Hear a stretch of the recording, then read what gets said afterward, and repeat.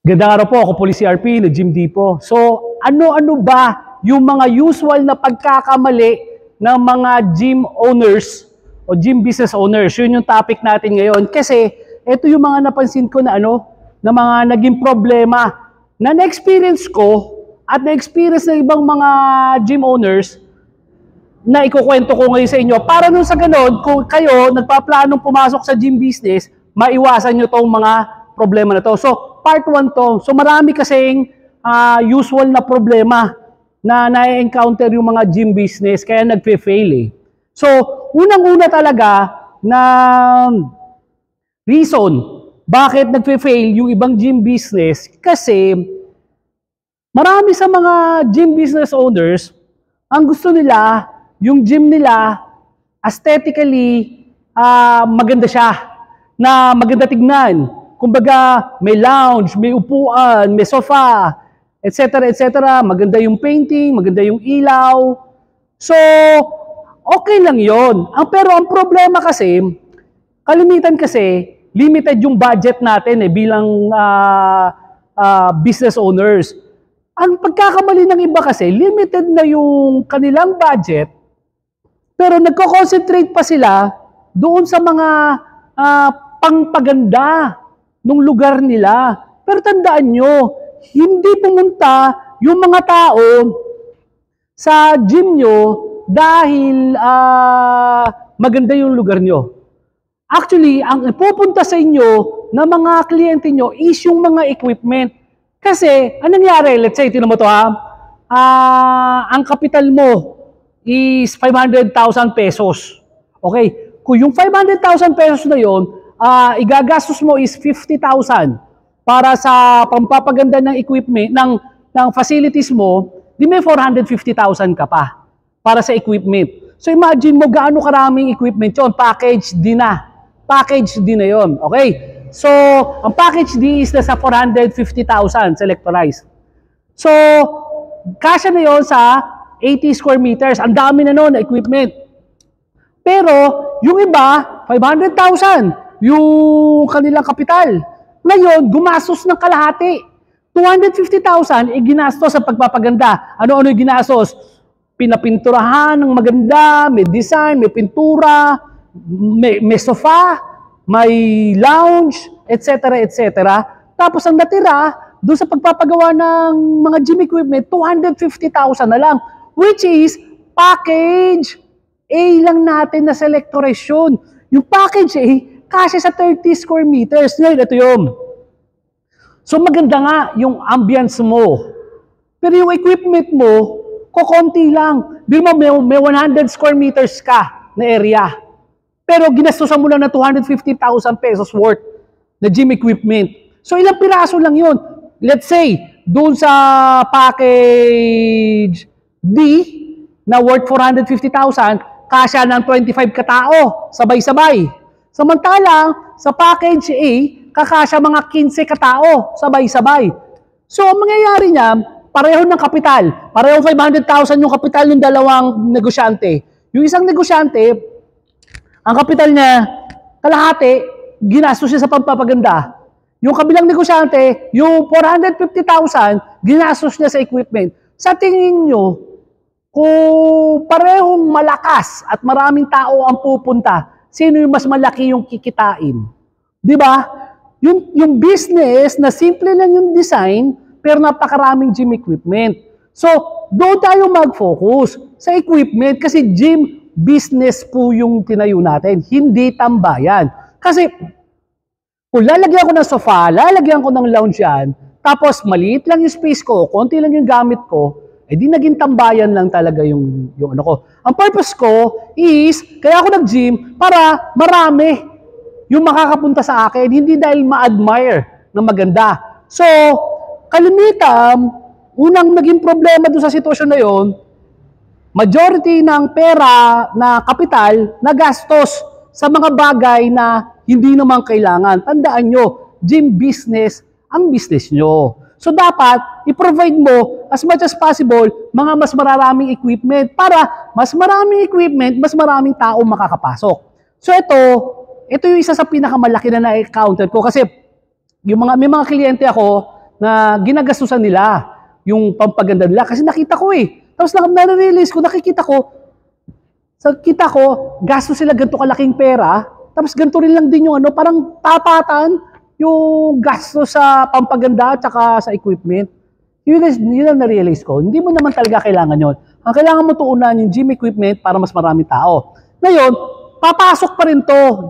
Kumbaga, yung isa pang reason na to, papasok pa rin doon, yung sinasabi ko ngayon na dahil gusto ng mga ibang tao na maganda ang equipment nila, doon sila bumabaksak ngayon sa imported the gym equipment. Okay, kagaya ng mga previous videos natin, saludo naman ako talaga. Kasi iba naman talaga yung imported the gym equipment. Kasi ang pinagkaiba doon, usually laser na,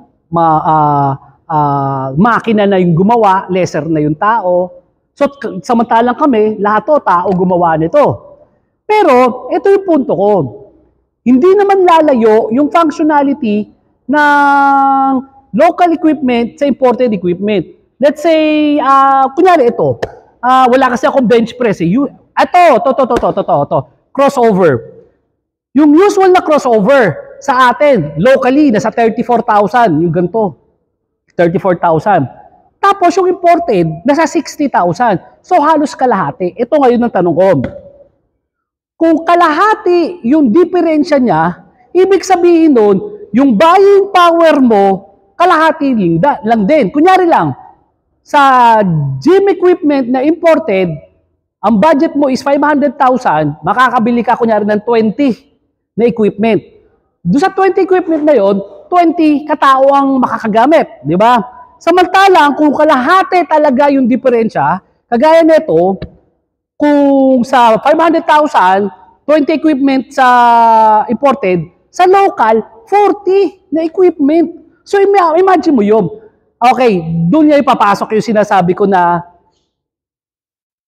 nag-focus yung businessman, yung gym business owner, sa mamahalin na equipment at maganda. Pero, kagaya na sabi ko,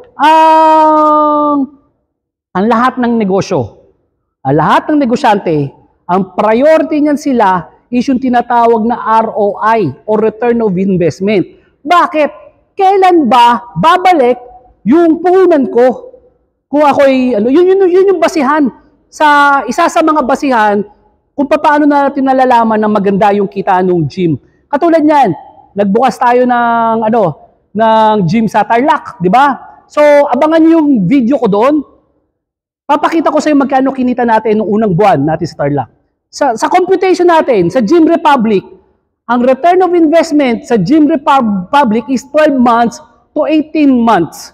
Mabilis yun. Ibig sabihin, sa loob ng 12 buwan hanggang 18 buwan, pwede mo na mabawi yung kapital mo. Okay? Bakit ganun kabilis? Kasi sa local gym equipment, sabi ko nga doble. Kung sa kalahating milyon, 40 piraso na local gym equipment versus 20 na imported, side by side, maganda yung yung imported. Tama ako doon. Hindi ako makikipagtalo. Pero yung functionality, kagaya nito, yung crossover, huwag mo sabihin na yung katawan mo mas lalaki sa imported na gym equipment, na mas sa bench press, na mas lalaki yung chest muscle mo, tricep muscle mo sa imported. Hindi po ganoon. Parehong-pareho lang yan. Lalo na doon sa ginagawa natin ngayon na reverse engineering. Para sabayan tayo sa mga imported na gym equipment, bumibili tayo ng imported na gym equipment. Ginagaya natin yun, pati sukat. So, walang rason para masabi nila na mas lalaki ang katawan mo. So, kung pareho lang na magiging epekto sa katawan ng tao, ng gym goer, bakit ka bibili ng mas mahal pero konti? So, yun. So, yung dalawang sinabi ko sa inyo, yun yung usual na nagiging problema. Yun yung number one. Kasi, kagaya sabi ko, kung gagastusin mo yung limited na puhunan mo sa mga bagay na hindi related sa gym equipment, hindi ka kikita. Kasi katulad nito, itong proof of completion natin, perfect example to. Perfect. Ito is kay Sir J-Lo, kay Sir Joseph ng Kalibo, Aklan. Kaka-video lang natin ito. Wala pang 4 weeks to. I-check nyo yung video. Ano nangyari? Nagdagdag kagad si Sir Joseph. Bakit? Kasi lumakas yung negosyo. Maganda yung negosyo sa Kalibo Aklan. So ngayon, ang tawag ko dito, kung imported gym equipment yung kinuha niya, sigurado ako na doble yung magagastos niya. So kung doble yung magagastos niya, usually na 12 to 18 months ang return of investment, sigurado ako pag imported yan, 24 months up to 36 months ang return of investment pag imported. So ano ngayon ang ano doon? Babalik naman yung capital ko. Ang diferensya na to, kasi kung iipunin mo lahat, yung kinita ng equipment na to, ng gym business mo, nabawi mo in 12 months. Ibig sabihin nun, kung inipon mo at nabawi mo in 12 months, lahat ng yun, pwede kang bang magbukas uli ng isa pang gym business. So in 12 months, dalawa na ngayon yung gym business mo. Samantalang doon sa imported, aabuti ka ng 2 taon bago maging 2. Diba? So, yun yung sinasabi ko sa inyo, diferensya. Tandaan nyo yan. Bilang negosyante, dapat ang priority natin is return of investment. So, tandaan nyo yan. Hindi yung porket, oy, gusto ko to, maganda to, pakulayan natin. Okay lang yun. Wala tayong problema doon. As long as matutukan nyo yung mga gym equipment. Kasi, kung panonoorin nyo naman, yung videos ko about Gym Republic Tarlac City, ginastusan ko rin naman yung aesthetic noon. Ginastusan ko rin naman pagpapaganda doon. Pero ang naging priority ko, yung mga gym equipment. Hindi na-sacrifice yung dami ng equipment. Yun ang inuna ko. Nung may sumobra sa kapital ko, pinaganda ko yung lugar. So, yun ang dapat na mangyari. Unahin nyo yung gym equipment bago yung pagpapaganda. So, tandaan nyo, kung nag-aaral ka, pinag-aaralan mo, or kung kino-consider mo na mag-gym business, tandaan nyo yung lesson na yon, na wag nyo nang magawa o ma-encounter man, maiwasan nyo. Okay? So, yung number 2 na reason, bakit nagfe-fail yung mga gym business is, ito yung napansin ko. Okay, hindi lahat tayo sinuwerte na magkaroon ng sariling pwesto. Ako, hindi ako sinuwerte na magkaroon ako ng sariling pwesto. Pero, umupa man ako, sinigurado ko yung mga gym na uupahan ko is pinag-isipan kong maigi. Okay. Anong ibig ko sabihin doon? Una, tingnan mo to. Kalimitan kasi ng mga negosyante, kasama na kahit sino, ang focus nila kung uupa ako sa highly commercialized na lugar. Okay. So, doon ako sa may palengke, doon ako sa may park, o sa lapit sa eskwelahan, o kung saan maraming tao. Pero alam naman natin na kung uupa ka at doon ka uupa sa mga lokasyon na yon, doble. Mas malaki ang upa mo doon. Kunyari lang ha, okay. So let's say, sa mga ganon, ang upahan, depende to sa bayan ha. So, pagpalagi mo between 20 to 30,000 pesos para sa isang 100 square meters. So, 20 to 30 square pesos yung upa. Okay. Importante kasi ito, kasi para sa akin, no? Kung uupa ka, dapat ang minimum na dapat kitain mo, minimum na neto, is kung magkano yung upa mo. So kung ang upa mo is 30,000 pesos, dapat ang minimum na kikitain mo is 30,000 pesos neto. Neto na, ibig sabihin bayad na lahat. Ang matitira sa'yo ay 30. Ang tanong, kaya bang mag-generate ng 30,000 pesos na upa yung gym mo? Yun yung malaking palaisipan. Kasi, eto, sasabihin nung iba, gusto ko dun sa sentro kasi ang daming tao doon, ang daming naglalakad doon, ang daming foot traffic doon. Kaya kitang-kita kagad. Tama naman yun. Pero ang consequence nun, mas malaking upa. Diba? So ito yun, para maitama natin yan, ito ang solusyon dyan. Ang tamang mindset para sa ganyan is, kagaya ng Gym Republic. Tignan nyo lahat ng Gym Republic ko, wala ako sa commercial area. Wala ako sa commercial area. Naandun ako sa lugar na accessible ng mga tao, na kayang lakarin, kayang mag-tricycle, kayang mag-motor, kayang mag-jeep. Nang sa ganun, hindi mahihirapan yung tao. Medyo malayo ako sa sentro. Malayo sa sentro. Kaya nang ganun, mura yung gastos ko sa upa.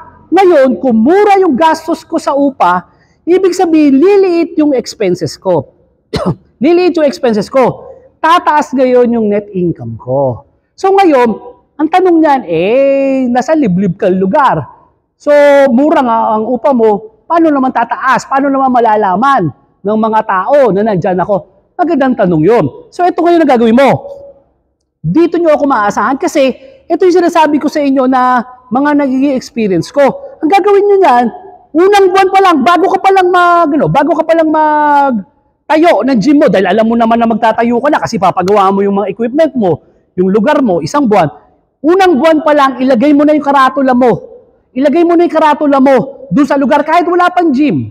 No, ang number one tip ko, pag ilalagay mo yung karatula mo sa gym, tingnan nyo yung Gym Republic ko, ang nakalagay sa akin doon, malaking GYM. Isang metro. Isang metrong G, isang metrong Y, isang metrong M. Gym. Hindi na importante na malaman ng tao kung ano ang pangalan ng gym mo. Bakit? Kasi ang importante, the soonest time possible, maikalat nyo na yung balita na may gym. Kasi katulad niyan, ito, experience ko yan.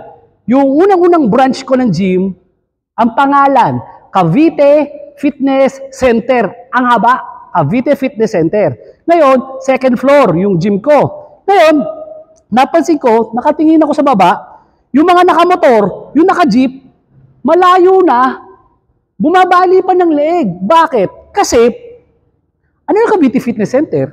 Tapos, hindi nga Cavite Fitness Center lang na letra. Cavite Fitness Center, tapos may mga background ng mga malalaki ang katawan, mga sexy, yung mga gym equipment. Di lalo nang nagkahalo-halo yung kulay ng letra at saka ng background, lalong hindi maintindihan ng tao. So malayo na, nakatabingi pa sila. So, hindi alam ko na nakita nila. So, kaya nga, nag-i-experience ko, sumunod nun, pag magtatayo ng gym, o sa mga kliyente, magtatayo ng gym, ang ilagay nyo lang, GYM. Kahit gaano pa kalaki, kunyari, Romulus Protasio Fitness Center, ang pangalan ng gym mo. Okay yun, walang problema. Ilagay mo sa loob. Ilagay mo sa loob ng gym mo. Pero sa labas, ilagay mo lang GYM. Bakit? Kasi yun ang goal natin. Yun ang intensyon natin na makita at malaman ng tao na may gym. Hindi importante na malaman ng tao na, okay, kay Romulus yan. Pero, sino si Romulus? Ano si Romulus? Ano yun? Hindi nakita yung gym. Hindi nakita yung gym. So, importante gym. Kailangan ma-disseminate the soonest time possible na may negosyong gym na doon. So, yun yun. Okay lang na medyo liblib. Basta, alam ng tao saan pupunta. Okay. So, yun yung tinatawag natin na actual na advertising natin doon sa lugar natin. Pero ito, may digital pa tayo. So, which is very, very effective ang digital marketing. So, paano ito gagana ngayon? Yung digital marketing, sa observation namin, kumpara sa regular posting lang, magpa-post ka, now open Gym Republic, naka-post. Tapos, may isa pang posting ka, pero video. Yung video mo, mga mahabang video, mga 5 minutes video. Gym Republic, now open video, 5 minutes. At yung pangatlo, may Gym Republic na video pero reels. So tatlo yun. Isang regular posting, naka-type. Second, video na mahaba. Third, reels. Ito yung napansin namin. Napansin namin, doon sa tatlo, mas maraming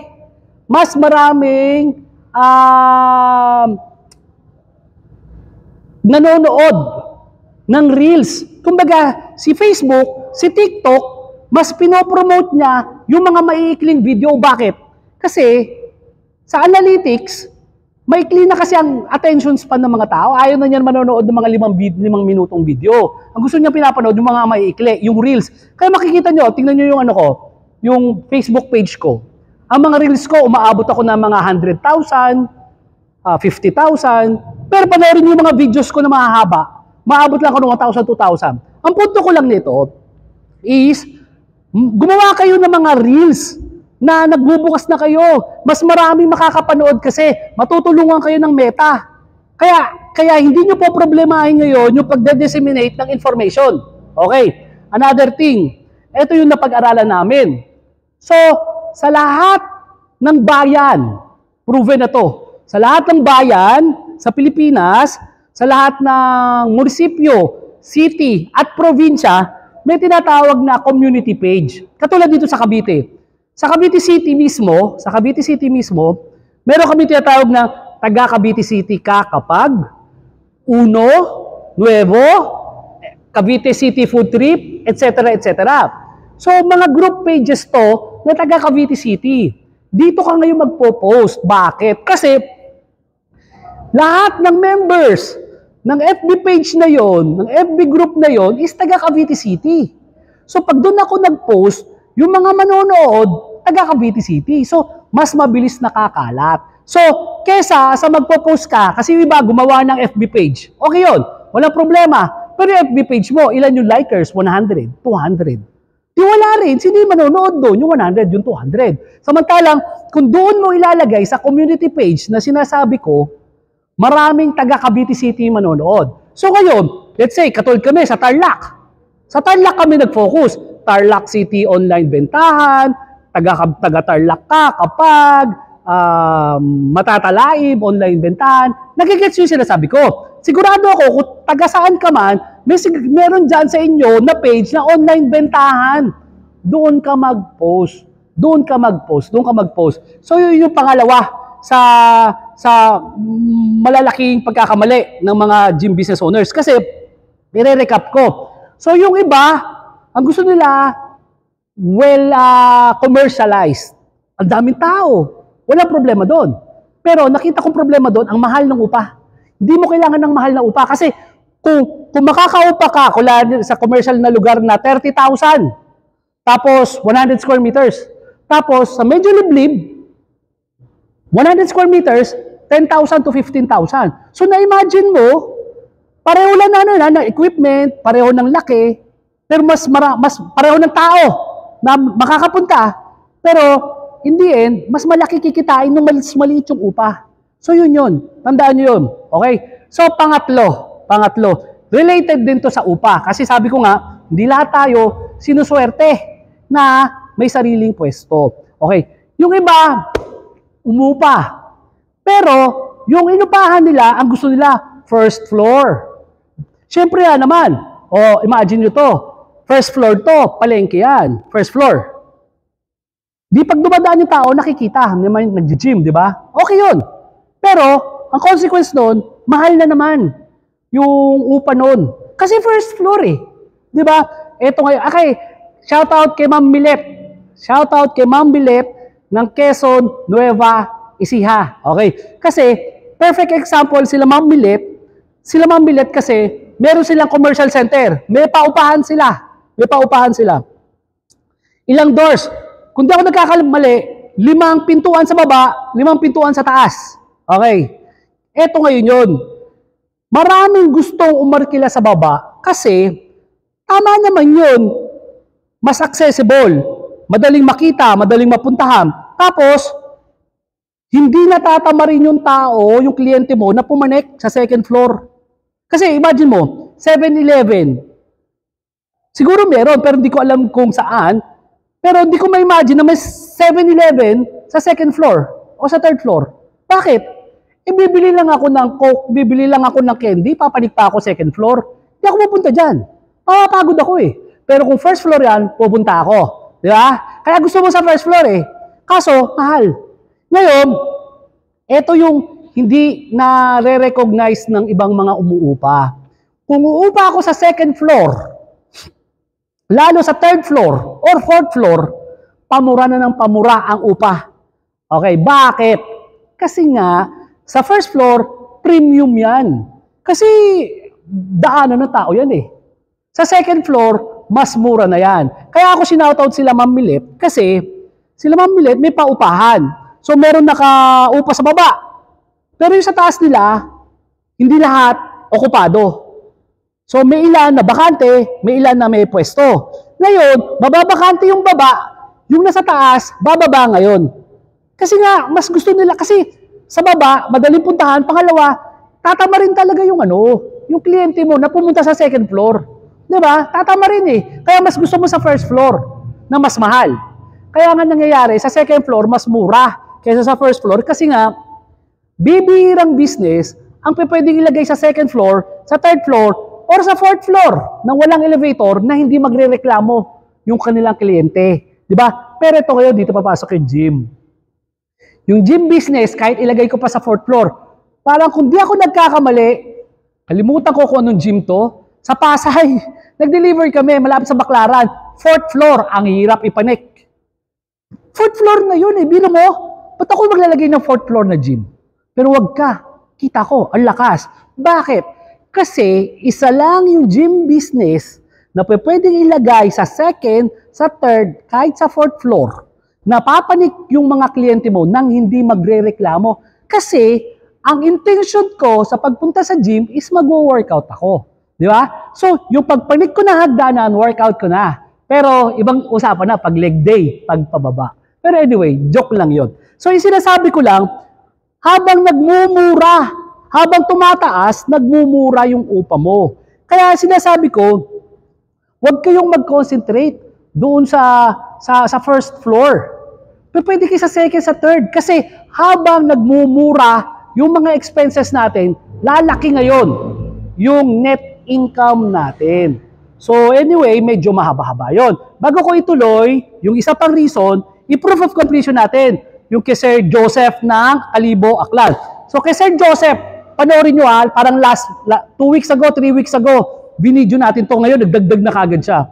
So, may selectorized crossover, adjustable utility bench, selectorized leg curl, leg extension, hammer row. So, ito yung gamit niya. Meron pang utility stool. So, ito yung sinasabi ko. Kung ang ginastos ni Sir Joseph is nag-concentrate siya sa mamahaling equipment na pareho lang ang quality at epekto, mas konti yung mabibili niya. Ito, nakabili na kagad siya. Bakit? Kasi maliit lang yung kapital na nailabas niya pag local ang gym equipment. So, kaya nakapagdagdag siya. Hindi rin biro to. Ang dami rin ito. Okay. Ito naman kay Sir Mark Fernandez. So, kay Sir Mark Fernandez is assistant squat with standing calves, hammer shoulder, tsaka abdominal bench. So again, kagaya nung kay Sir Joseph, ito kay Sir Mark, dinagdag din to. So, kita nyo, ito yung mga pruweba natin, sa mga videos natin na kumikita ang gym business kasi continue sila na pwede mag-upgrade, nakaka-upgrade. Dapat tayo na mag-upgrade. Huwag tayong kampiyansa. So, another is kay Sir J. Tumambing. Ito, lalagyan na lang natin na selectorized plates to. Ito, ngayon ko lang na-feature to. Ito, yung kagaya sa Tarlac. Tignan mo to. Gaano kalapad to? Gaano kahaba to? Kumpara sa crossover. Crossover. Gaano kalapad? Gaano kahaba? So sa crossover, 2 tao makakagamit nito. Magko-crossover. Okay? So, hindi lalayo sa equipment na to. Gaano kalapad, gaano kahaba, parang ganun lang. Pero ito, wait, there's more. Ito, sa unahan, may compact crossover. Pwede ka mag-crossover. Pero sa crossover, pwede ka mag-squat. Pwede ka mag-bench press dito gamit yung adjustable utility bench. So dito pala sa unahan, madami ka nang magagawang exercise. Again, dito sa likod naman, may rowing machine. Sa kabila, may lat pull down. Itong adjustable utility bench, ilalagay ko lang dito, pwede na ako mag-bench press. So, ito yung sinasabi ko na isang reason ko pa bakit nagpe-fail, pero mamaya natin ko continue. So, ito, leg curl, leg extension kay Sir Bong. Bong Santo. Naku, si Sir Bong, ang dami ng order sa atin nito. Okay. Ito naman, kinostomize natin na single-sided cable machine para kay Sir Sugar Ray. So, 150 pounds. Ang kinostomize natin, pinagawa niya ang 8 feet pataas yung kanyang equipment. Tapos meron pa tayo rito mga ibang mga for deliveries. To, yung last na muna for this episode, yung part 1, bakit nagfe-fail, is maraming mga gym business owners, mas pinipili nila yung mga bulky na equipment na ang lalapad, pero isa lang ang makakagamit. So ito, kakain to ng space. So yun yung isa sa mga malalaking problema. Bumibili sila ng mga equipment na limitado sa isa na exercise. Biro mo ang laki-laki ng equipment. Katulad nung, ayoko nang banggitin, yung fabricator.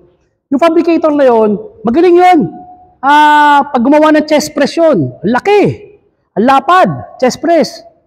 Siguro mga 1.5 square meter by 1.5 square meter, ganun kalaki. Pero chest lang kayang gawin nun. Pero ang laki, ang ganda. Gano'ng kalaking space ang kinain nun? Alam naman natin, kung naupa ka, mas malaki, yung uupahan mo, mas mahal. So dapat doon tayo mag-focus sa mura lang. Kahit maliit, basta marami tayong equipment na mailalagay. Yun yung importante. So ito yun. Mabalik tayo kay Sir Jay Tumambing. So ito, ito 4 feet. Sigurado na ako 4 feet ang lapad nito. 4 feet, pagpalagay mo na sa mga 8 feet. 4 feet by 8 feet ang haba nito. Which is ito, nasa 3 feet by 8 feet. 3 feet by 8 feet, 4 feet by 8 feet. Ito, 2 tao makakagamit dito. Ito, 4 na tao ang makakagamit. Kasi, bukod sa crossover, pwede ito single-sided na cable machine. Dito. Ito yung naging prototype ko sa Tarlac. Kasi napansin ko sa Cavite City, yung dinesign ko na ganito, paghapon, paggabi, ang daming gumagamit ng cable machine mismo. Kasi, kasi usually, isa sa problema doon, sa mga gym, iisa yung equipment, isang bench press, isa lat pull down, isa crossover.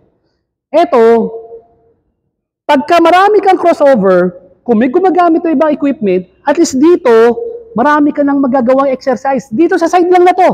Hindi sa buo Sa isang side na to, ang dami mo nang one to sawa ka na. From calves up to shoulder, itong side na to, makakagawa na to. Tapos ito uli. Kung kayang gawin ito, kayang gawin ito. So 2 tao na over 50 exercises ang kayang gawin. Di ba? Sulit na sulit ka rito. Plus, pagdating mo dito sa likod, may rowing machine ka pa. May lat pull down machine ka pa. Doon sa Tarlac, ang ginawa natin, more than 2. Kumbaga ito, lat pull down, lat pull down. Yung sumunod na equipment, rowing. Kasi, saka na natin i-discussion. Para, ito yung sabi ko na part 1 nung video natin. So, kung natapos nyo tong video na to, sundan nyo pa kasi marami pa tayong na-experience na pagkakamali sa gym. Experience ko at experience ng mga kliyente ko na ituturo ko ngayon sa inyo. Nang sa ganoon, yung mga pagkakamali na naranasan ko at naranasan ng ibang mga kliyente ko, huwag nyo tularan. Nang sa ganoon, mas mabilis yung pagprogreso ng gym business nyo. Ako po si RP ng Gym Depot. Maraming salamat po.